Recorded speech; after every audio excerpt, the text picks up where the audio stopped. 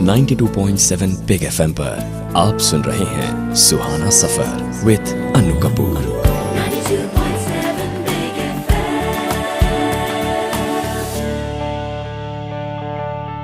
जनाब मेहरबान कदरदान, अब बात उस कलाकार की जो बनना तो चाहता था सिंगर, मगर किस्मत ने बना दिया उसे एक्टर, और बन गई उसकी खास पहचान एक मशहूर कैरेक्टर आर्टिस्ट के तौर पर।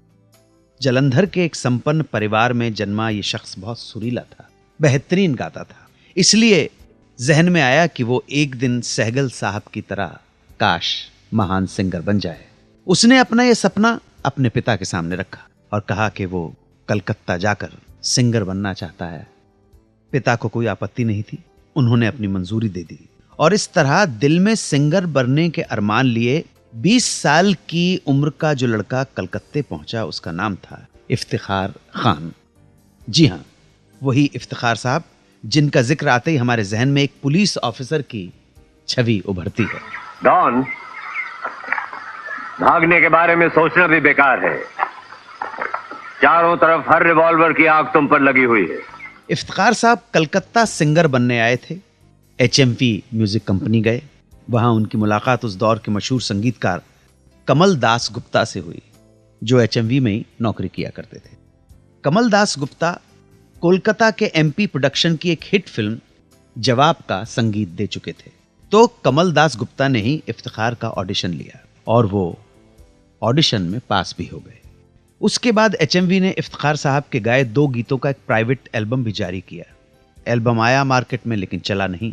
इफ्तिखार साहब मायूस होकर, निराश होकर वापस लौट गए अपने परिवार के पास कानपुर।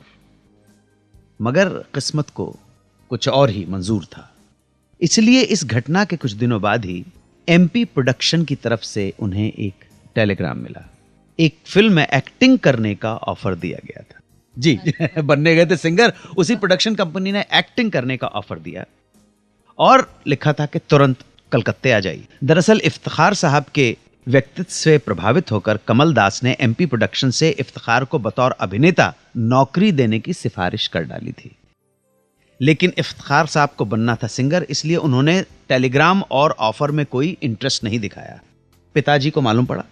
वालिद साहब ने समझाया कि जो काम मिल रहा है उसे ऐसे मत ठुकराओ, क्या पता अल्लाह ने तुम्हारी किस्मत का दरवाजा यहीं से खोला हो और वो हो जाए जो तुम चाहते हो। पिता की बात सुनकर इफ्तिखार ने कलकत्ते जाने का फैसला कर लिया। वहां पहुंचकर अभिनेता के तौर पर नियुक्ति हो गई और नौकरी शुरू कर दी। मगर लंबे समय तक MP प्रोडक्शन के बैनर में उनकी फिल्म शुरू ही नहीं हो पाई। तब उन्होंने एक दूसरे प्रोडक्शन हाउस की फिल्म ज्वाइन कर ली। इफ्तिखार साहब की पहली फिल्म 8 फिल्म्स कोलकाता के बैनर में बनी थी, जिसका नाम था तकरार, जो सन 1944 में रिलीज हुई थी।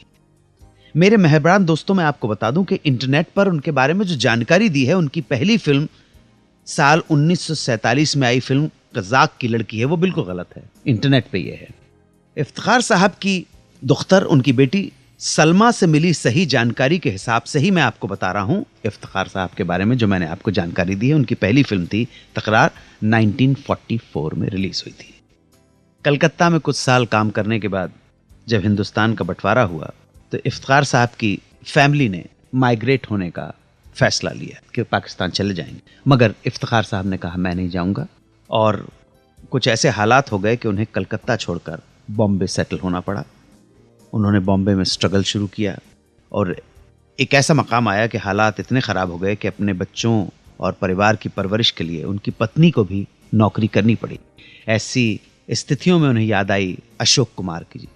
दादा मुनि से वो कलकत्ते में मिले थे। वो भी पहले सिंगर बनने आए थे। जी इफ्तिखार साहब कानपुर से आए थे, ये खंडवा से आए थे। तो इफ्तिखार साहब पहुंचे बॉम्बे टाकीज, दादा मुनि से मुलाकात की। दादा मुनि ने फौरन पहचान लिया, बहुत सारी जगह पे उनका नाम रेकमेंड किया तो फिल्मों में काम मिलना शुरू हो गया और इसी बदौलत करियर की गाड़ी चल पड़ी। और ऐसी चली कि उसके बाद इफ्तिखार साहब ने तकरीबन 400 से भी ज़्यादा हिंदी फिल्मों में काम किया और हर बार प्रूव किया कि वो कितने सशक्त अभिनेता हैं। वापस लौटकर बताऊंगा कि किस बात पर केदार शर्मा ने मारा जोरदार तमाचा। किसको? तनुजा को। सुनते रहिए Suhana Safar with Annu Kapoor. 92.7 big FM पर सुनते रहिए सुहाना सफर विद अन्नू कपूर।